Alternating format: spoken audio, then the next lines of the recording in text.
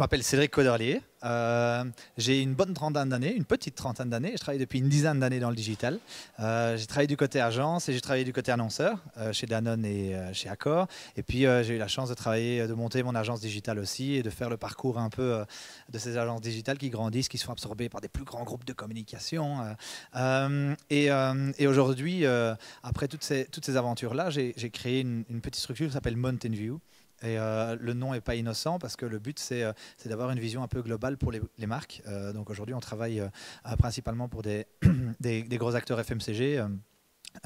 Pour des marques de voitures au niveau international et on les accompagne sur la notion de savoir quel est le rôle du digital dans leur communication. Et c'est un peu ce que j'ai essayé d'apporter aux étudiants aujourd'hui aussi, comme sujet principal les réseaux sociaux. L'idée, c'était de parcourir un peu avec eux l'idée que sur les réseaux sociaux, c'est pas que mettre une campagne un peu créative, c'est aussi de savoir que il y a des profils différents, des gens qui utilisent les réseaux sociaux de manière différente, un peu partout dans le monde.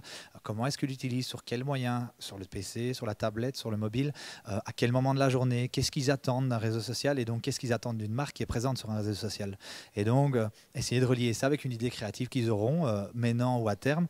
Et donc, pour ça, on a parcouru ensemble, d'un côté, des espèces de profils, de voir un peu l'ampleur des réseaux sociaux. Par exemple, des chiffres qu'ils vont retenir, c'est que toutes les minutes sont uploadées 72 heures de vidéos sur YouTube ou que chaque jour 1 million de personnes s'inscrivent à WhatsApp, par exemple. Ça leur donne une vision de l'ampleur des réseaux sociaux. C'est pas juste quelque chose de confiné. Aussi leur donner la vision qu'en Europe, on n'est pas tellement à la traîne, que les réseaux sociaux font partie de notre quotidien, et puis de voir un petit peu en fonction de la cible qu'ils veulent viser, s'ils veulent toucher des hommes, des femmes, plus jeunes, plus vieux, et de la manière dont ils veulent les engager, il faut leur parler un peu différemment, leur apporter d'autres choses sur les réseaux sociaux, et c'est un peu de ça qu'on a discuté aujourd'hui.